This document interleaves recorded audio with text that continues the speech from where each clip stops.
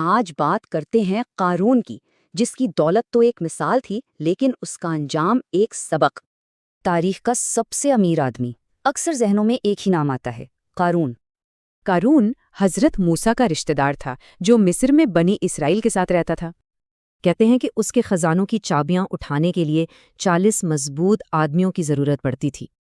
شروع میں قارون ایک نیک انسان تھا، علم کی وجہ سے لوگ اسے المنور یعنی روشن ضمیر کہتے تھے۔ تو سوال یہ ہے کہ اتنی دولت آئی کہاں سے؟ اس بارے میں کئی کہانیاں مشہور ہیں۔ تجارت ہو، کیمیاگری ہو یا کان کنی، اس نے بے پناہ دولت جمع کر لی تھی۔ لیکن جیسے جیسے دولت بڑھی، تکبر بھی بڑھتا گیا اور وہ خدا کو بھول گیا۔ وہ اپنے سونے کے لباس اور محل کی خوب نمائش کرتا جو اس کے غرور کی نشانی تھی۔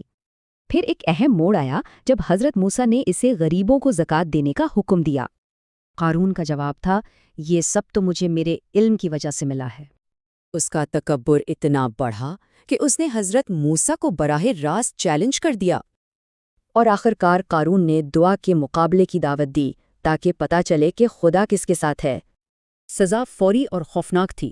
خدا کے حکم سے زمین نے قارون کو اس کے محل سمیت نگل لیا۔ اس کے تکبر کا انجام یہ ہوا کہ اس کا کوئی نام و نشان تک باقی نہ رہا۔ یہ دیکھ کر لوگوں کو سمجھ آ گیا کہ اصل کامیابی مال و دولت میں نہیں، ایمان میں ہے۔ مگر اس کے بے پناہ خزانے کا کیا ہوا؟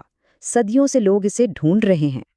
مصر میں بحریہ قارون کے پاس ایک مندر کو غلطی سے اس کا محل سمجھا جاتا تھا، لیکن حقیقت یہ ہے کہ قارون کا خزانہ آج تک ایک راز ہی بنا ہوا ہے۔ لیکن اس کہانی کا اصل خزانہ اس کے سبق ہیں، جیسے تکبر کا انجام تباہی ہے۔ قارون کی کہانی سوچنے پر مجبور کرتی ہے کہ دولت کی اصل حقیقت کیا ہے۔